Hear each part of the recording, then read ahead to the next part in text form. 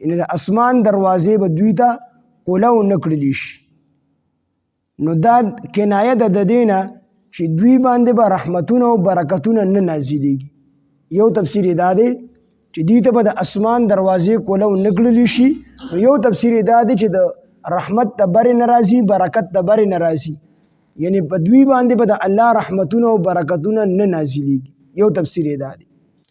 او دویم تفسیر یې دا دی چې د دوی اعمال او دعاګانې به نه قبلېږي، ځکه چې اعمال په بره باندې ځي. نو مطلب یې دا دی چې د دې اعمال او دعاګانې به الله نه قبلي. او دریم تفسیر یې دا دی چې حدیث مبارک کې راځي چې د انسان روح چې کوم دی د نه وویستلی شي، نو چې دا بدکار انسان وي، کافر انسان وي، د روح پرشتې والي په بره باندې ځي علیین ته. نو د اسمان دروازې ورته قلو نه کړلی شي، واپس سجین ته را وغورځولی شي، جهنم ته را وغورځولی شي.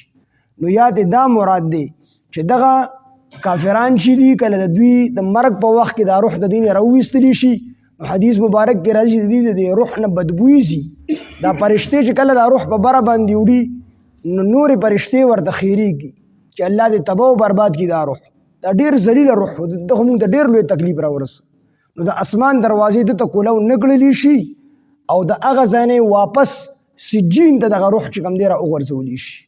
دا یو ناممکنه خبره چې کله یو کار نه کیږي، نو دغه شانتې مثال الله جل شانه ورکوي. لکه څنګه چې د ستنې په سوري کې اوښ تېرېدل د انساني ذهن مطابق ناممکن دي، نو دغه شانتې د کافرانو جنت ته تلل ناممکن دي. څرنګه چې اوښ په ستنې په سوري کې نشي تېرېدلی، دغه شان کافر جنت ته نشي ورداخلېدلی. نو مهاد دا چې کوم سړی ځان ته د لاندې غوړي، هغې څادر او هغه څیز ته ویلی شي چې انسان د خپل ځان د لاندې غوړي. او غواش دا هغې بسترې او هغې څادر ته هغې کمبل ته ویلی شي سړی د پاسه غوړي. مطلب یې دا دی کنایه ده د دې خبرې نه چې د ټولو طرفونو نه به دوی اور ګیر کړي وي.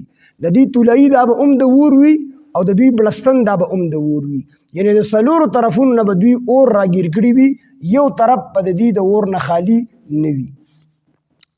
لهم د دوی دپاره من جهنم په جهنم کې مهاد طولایي وي د اور، ومن فوقهم او د دوی د پاسې نه به غواشن بړستن وي د اور.